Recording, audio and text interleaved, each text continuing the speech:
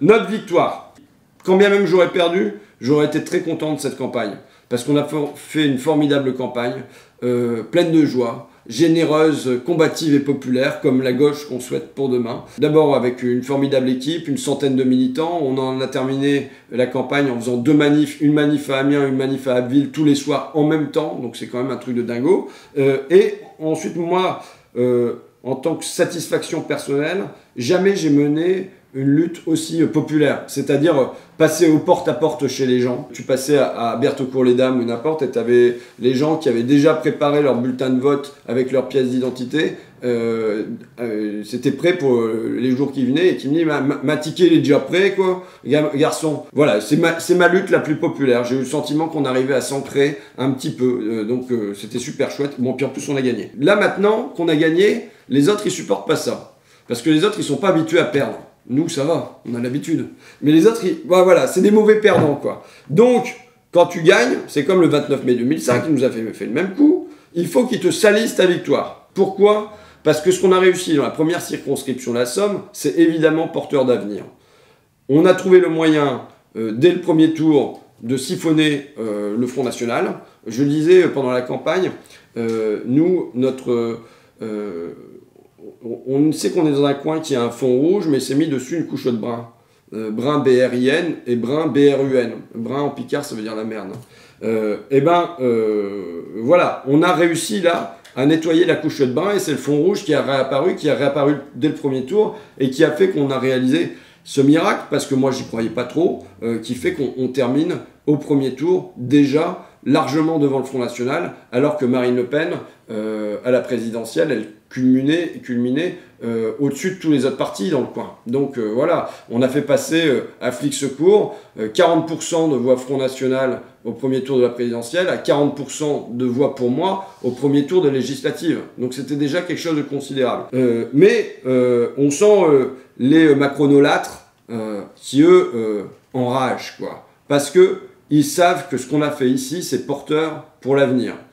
Et on voit, bon alors, j'ai lu Huffington Post, ces élections ont montré une porosité entre les électeurs de Jean-Luc Mélenchon et ceux du Front National, comme on atteste la victoire du trublion démagogue François Ruffin. Après, j'ai un mec que je connais bien parce que c'était la plume de Gilles de Robien, donc je l'ai épinglé régulièrement dans Fakir, Jean-Philippe Moinet, qui écrit dans Atlantico que voilà, c'est le gaucho-lepenisme qui revient. Bon, et, alors je garde le meilleur pour la fin, notre camarade Bruno Roger Petit, de Challenge, donc lui, il va faire ses prières à Macron tous les matins, quoi, qui déclare: l'élection de François Ruffin à Amiens a été rendue possible par un report massif des voix du FN sur sa candidature. Il faudra se pencher un jour sur les connexions politiques nouées autour du cas de l'usine Whirlpool. Il sous-entend que, grosso modo, on aurait passé un deal avec le Front National et que c'est pour cette raison-là qu'on les aurait battus. Le Front National, il aurait été d'accord pour qu'on les batte, tu vois, ils sont sympas les mecs. Il faudrait quand même rappeler quelques petites choses à monsieur Bruno Roger Petit, parce que les mecs, ils sont dans leur bureau parisien, ils regardent aucune statistique, ils font aucun entretien, ils font aucun boulot, ils viennent te dire qu'est-ce qui s'est passé dans la circonscription. Bruno Roger Petit, il aurait pu venir sur le parking de Whirlpool. Parce qu'il se trouve que pendant toute la campagne, il n'y a pas eu un seul marcheur, à part Macron lui-même, mais qui est venu, et encore bien tardivement, mais qui est venu sur le parking de Whirlpool. Il n'y avait que les mecs du Front National. D'accord? Alors maintenant, soit on laissait ce symbole d'une France qui souffre, et d'une Europe qui délocalise et qui fait n'importe quoi, soit on le laissait entre les mains du Front National complètement, et les seuls qui se sont battus sur le terrain pour que ça soit pas ça, et qu'il n'y ait pas que le Front National qui vienne récupérer ça, eh bien c'est nous qui étions là.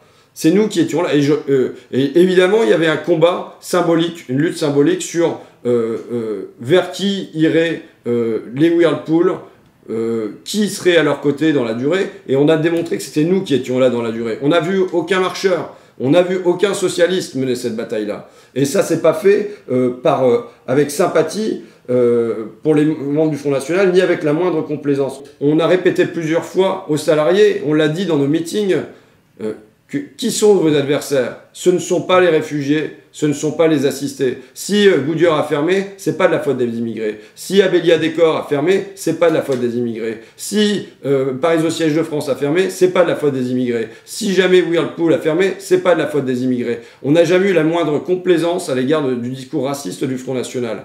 On l'a combattu, on a été les seuls à le combattre sur le terrain, et maintenant c'est M. Bruno Roger-Petit qui vient nous donner des leçons, alors que lui est resté planqué dans ses bureaux, quoi. Toute notre campagne a été autre chose. Pourquoi ? Parce que notre projet politique, il est l'inverse de ça. Notre projet politique, c'est au contraire la réconciliation, je le dis en local, de Flics Secours et d'Amiens Nord. C'est la réconciliation des prolétaires blancs des villages, des campagnes, et des enfants d'immigrés des villes. Si jamais on ne parvient pas à réunir les classes populaires, eh bien, on ne peut pas aller combattre l'oligarchie. On ne part diviser. Et que fait le Front National? Comme à la place de poser la question économique de manière centrale, il pose la question culturelle de manière centrale, il contribue à faire exploser ces classes populaires. Et nous, on fait l'inverse. Nous, on place la question économique de manière centrale et on veut rassembler. Ce qu'on a réussi une journée partiellement dans les urnes. Maintenant, il faut le réussir autrement dans la durée. Maintenant, donc, j'invite tous les Bruno Roger-Petit de la planète à quitter leurs immeubles climatisés et à nous rejoindre sous la pluie et sous les barnums et à venir bouffer des merguez avec nous en mettant les mains dans le cambouis. Au premier tour, oui, on a siphonné les voix du Front National et c'était l'objectif. Et je veux dire, on n'a pas à rougir de ça. Mais au deuxième tour, c'est pas comme ça, à mon avis, que ça s'est passé. Et moi, j'ai passé 7 heures sur l'hyper-U d'Abbeville. J'ai passé 4 heures devant le super-U de Flics Secours. J'ai passé 5 heures devant l'Intermarché de Bertaucourt-les-Dames. Et j'ai passé des journées entières à faire du porte-à-porte dans tout le Val-de-Nièvre et toute Abbeville. Donc à la fin, ça finit par faire un sondage. Je ne dis pas qu'il est scientifique, mais ça finit par faire un sondage. Ce qu'on voyait, c'est que les gens qui avaient voté Front National au premier tour des législatives, qui étaient restés accrochés à ce vote, c'était vachement compliqué d'aller chercher. Ça venait pas tout seul, quoi. Et moi, je souhaitais les avoir, hein. Je voulais gagner, je voulais construire mon front anti-Macron, oui, mais ça tombait pas tout seul du tout. Et il y a plein de gens qui disaient, non, mon candidat, il est plus là. C'était la majorité. Et après, t'en avais qui disent, bon, bah, vous, je sais que vous n'êtes pas pour le Front National, mais je sais que vous êtes pour l'ouvrier. Donc, t'en récupérais. Mais ce qui s'est passé, à mon avis, dans l'entre-deux tours, c'est autre chose. C'est une mobilisation des abstentionnistes du premier tour. J'ai vachement senti ça. Des gens qui étaient partis à la mer qui se sont dit non, cette fois-ci, on va pas louper le coup.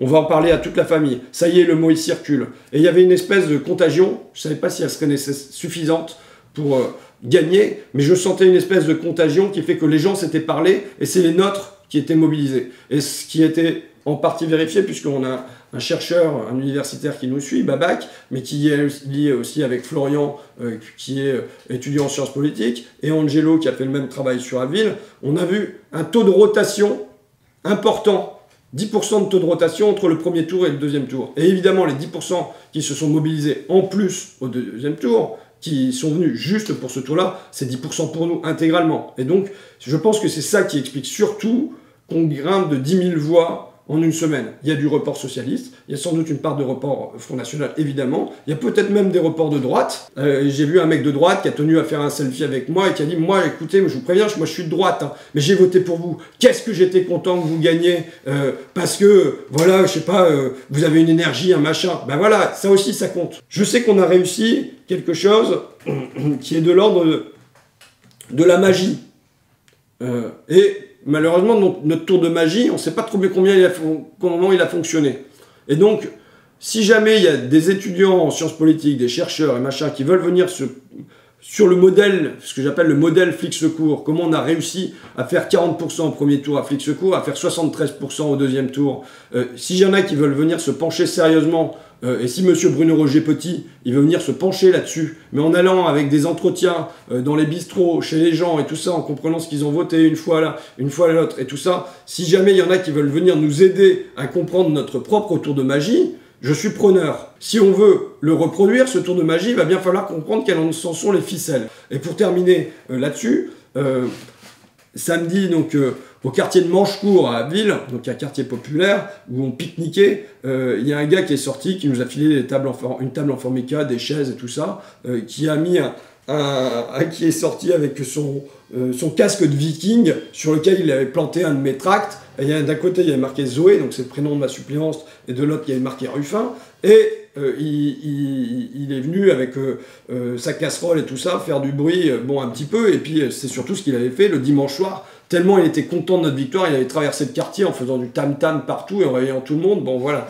Et donc, et il se met à me raconter, il me dit, ah, ma mère, oh, mes parents, qu'est-ce qu'ils auraient été contents s'ils auraient vu ça, quoi.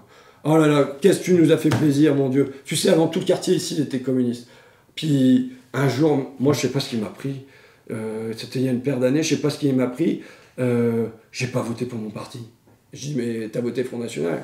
Il me dit, bon, je sais pas ce qu'il m'a pris. Je me suis levé à 7h du matin, j'étais en colère, et j'ai pas compris. Je suis allé mettre à 9h, j'étais en train de mettre un bulletin Marine Le Pen dans l'urne. Oh là là, il en pleurait, il en rougissait, il en pleurait quasiment, il avait les larmes aux yeux. Si mon père, il avait été là, ils m'auront mis une claque. Je veux dire, si, à travers mon élection, j'ai repris des grands avec nous, et que je les ai ramenés durablement à gauche, côté rouge, ben, j'en suis fier. Et tous les Bruno Roger Petit de la planète, ils ne m'en montreront pas cette fierté. Et AD.